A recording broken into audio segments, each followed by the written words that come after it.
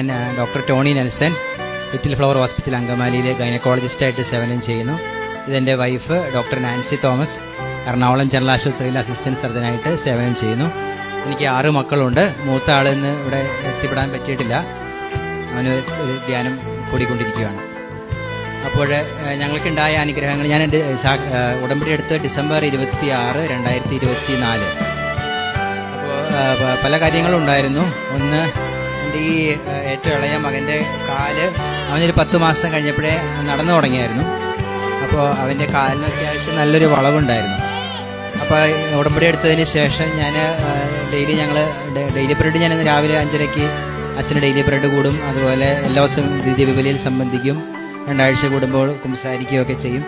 അപ്പോൾ അങ്ങനെ എടുത്ത് ഞാൻ 2 ആഴ്ചയ്ക്കുള്ളിൽ തന്നെ ഇവൻ്റെ പ്രകടമായ മാറ്റം വന്നു. ഇവൻ്റെ കാല് ഞങ്ങൾ സന്ധ്യാപ്രാർത്ഥന കഴിഞ്ഞ് തൈലം പുരട്ടി പ്രാർത്ഥിക്കുമായിരുന്നു. അപ്പോൾ